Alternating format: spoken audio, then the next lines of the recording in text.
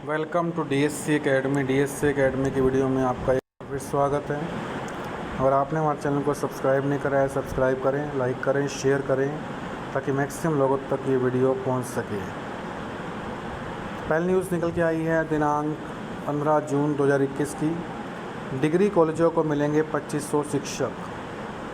तो यूपी से ये न्यूज़ निकल के आई है कि प्रदेश में राजकीय एवं अशासकीय महाविद्यालयों में शिक्षकों की जो पद हैं वो रिक्त पड़े हैं। एक तरफ तो इनके जो पद हैं वो रिक्त पड़े हैं, 500 से अधिक पद पर चयन की प्रक्रिया शुरू भी हो चुकी है और 2003 पदों के लिए आवेदन लिए जा चुके हैं और अब परीक्षा शुरू होने का इंतज़ार है। राजकीय महाविद्यालयों में असिस्टेंट प्रोफेसर के 500 से अधिक पदों का चयन का परिणाम उत्तर प्रदेश लोक सेवा आयोग पिछले दिनों जारी कर चुका है। इन पदों का चयनित अभ्यर्थियों का काउंसलिंग अब तक ऑफलाइन माध्यम से होती थी, लेकिन महाविद्यालयों में आवंटन में गड़बड़ी की तमाम शिकायतों के कारण शासन ने पहली बार ऑनलाइन काउंसलिंग कराने का निर्णय लिया है। अगली न्यूज़ निकल के आई है 12वीं क्लास से 12वीं के मूल्यांकन प्रक्रिया पर अभी तक नहीं सौंपी रिपोर्ट। सीबीएसई बोर्ड की तरफ से 12वीं कक्षा के परिणाम के लिए 13 सदस्यीय कमेटी की रिपोर्ट अभी तक सौंपी नहीं गई है। समिति को सोमवार तक रिपोर्ट सौंपनी थी। सूत्र बताते हैं कि अभी तक सौंपी नहीं गई रिपोर्ट को कुछ समय और लग सकता है रिपोर्ट सौंपने में।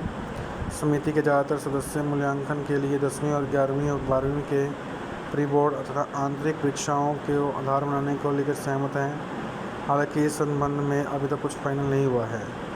उप मुख्यमंत्री मनीष सिसोदिया ने बीते सप्ताह केंद्रीय शिक्षा मंत्री रमेश पोखरियाल निशंक को पत्र लिखकर सुझाव दिया था कि 12वीं कक्षा के मूल्यांकन के लिए 10वीं, 11वीं, 12वीं के प्री बोर्ड के एग्ज़ाम को आधार बनाया जाए। देखते हैं अगली क्या न्यूज़ निकल के आई है। अब अगर आप विदेश में पैसे भेजते हैं तो आप हाथ से फार्म भर सकेंगे। आयकर विभाग ने सोमवार को कुछ फार्मों से हाथ से भरने की अनुमति दी। कर फाइल के लिए नई पोर्टल शुरू होने के बाद एक सप्ताह के बाद तकनीकी खामियां रहने के कारण इसकी मंजूरी दी गई है। आयकर विभाग ने एक पत्र जारी करके बताया कि बैंक के पास 30 जून तक फार्म 15CA 15CB लेकर आप हाथ से उस फार्म को भर सकते हो। अगली न्यूज़ निकल के आई है जेईई मेंस एग्ज़ाम की तरफ से। तो जेईई के एग्ज़ाम्स अभी तक नहीं हो पाए हैं। सीबीएसई के सभी ज़्यादातर राज्यों के शिक्षा बोर्ड ने 12वीं एग्ज़ाम तो कैंसिल कर दिए थे, लेकिन अब जेईई के एग्ज़ाम्स, मेंस और नीट के एग्ज़ाम्स पर निगाहें टिकी है। फिलहाल इन परीक्षाओं के आयोजन को योजना बनाई जा रही है। उनमें जेईई मेंस की रद्द की गई तीसरे सत्र की परीक्षा अब 25 जुलाई के आसपास हो सकती है। वहीं चौथे स्तर की परीक्षा को 15 अगस्त से पहले कराने की तैयारी है। अगली न्यूज़ देखते क्या निकल के आई है। अब तीसरे अनलॉक में दिल्ली सरकार ने अनलॉक 3 शुरू कर दिया है सोमवार से ही। अनलॉक 3 में अभी तक जेएनयू की सेंट्रल लाइब्रेरी है वो नहीं खुलेगी।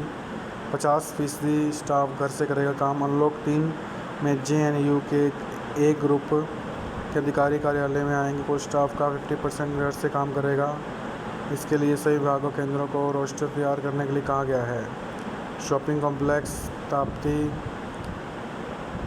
पश्चिमाबाद, पूर्वांचल कॉम्प्लेक्स आदि में अधिकृत दुकानें ट्रायल के तौर पर 7 दिन खुलेंगी। अनलॉक 2 में दुकानें 1 दिन खुली अंतराल पर खुल रही थी, जबकि कैंटीन की क्षमता 50% की ज़्यादा से खुलेगी। अगली निकल के आई है हरियाणा से। हरियाणा में कोरोना के कारण गर्मी की छुट्टियां 15 जून तक बढ़ा दी गई थी, लेकिन अब 15 जून से बढ़ाकर छुट्टियों को 30 जून तक बढ़ा दिया गया है।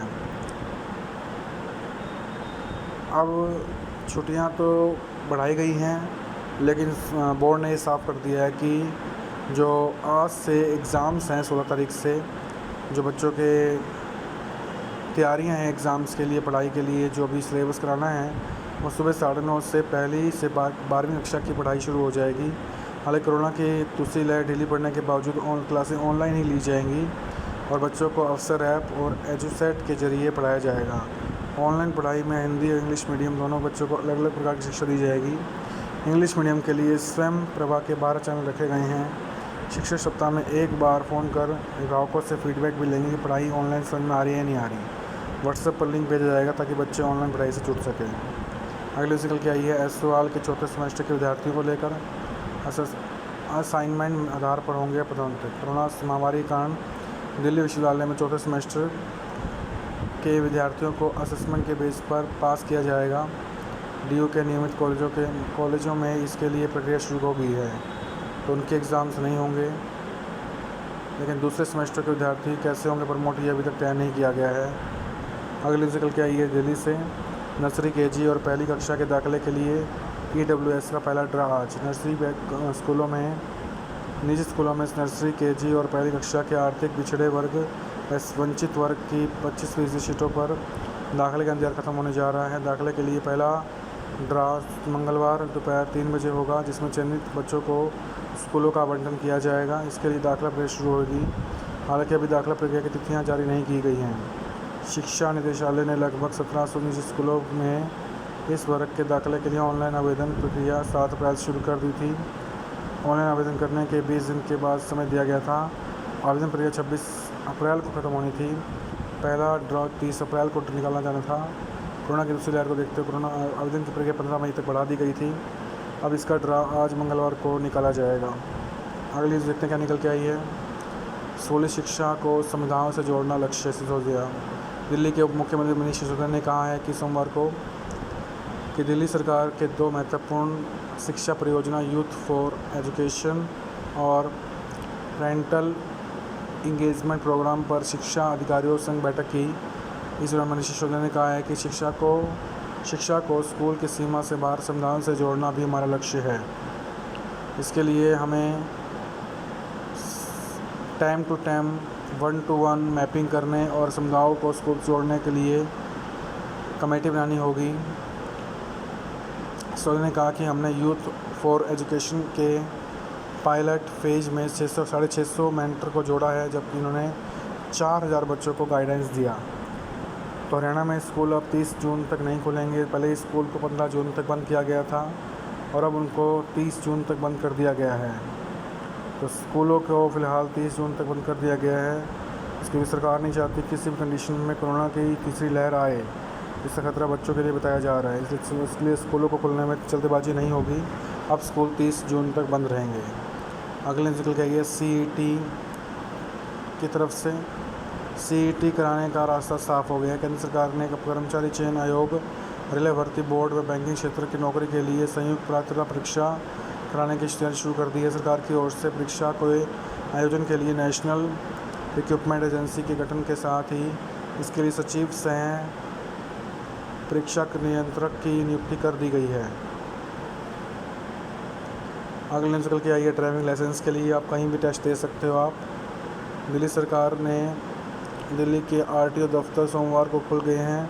इसी के साथ ही दफ्तरों में ऑनलाइन ड्राइविंग लाइसेंस बनाने का काम भी शुरू हो गया है, मगर एक दिन में ड्राइविंग लाइसेंस के लिए उपलब्ध स्लॉट 50% ही बुक किए जाएंगे, जिसमें आधे वे लोग होंगे जिन्हें लॉकडाउन के दौरान अपना स्लॉट बुक किया था और अब वे इसे रीशेड्यूल कर रहे हैं।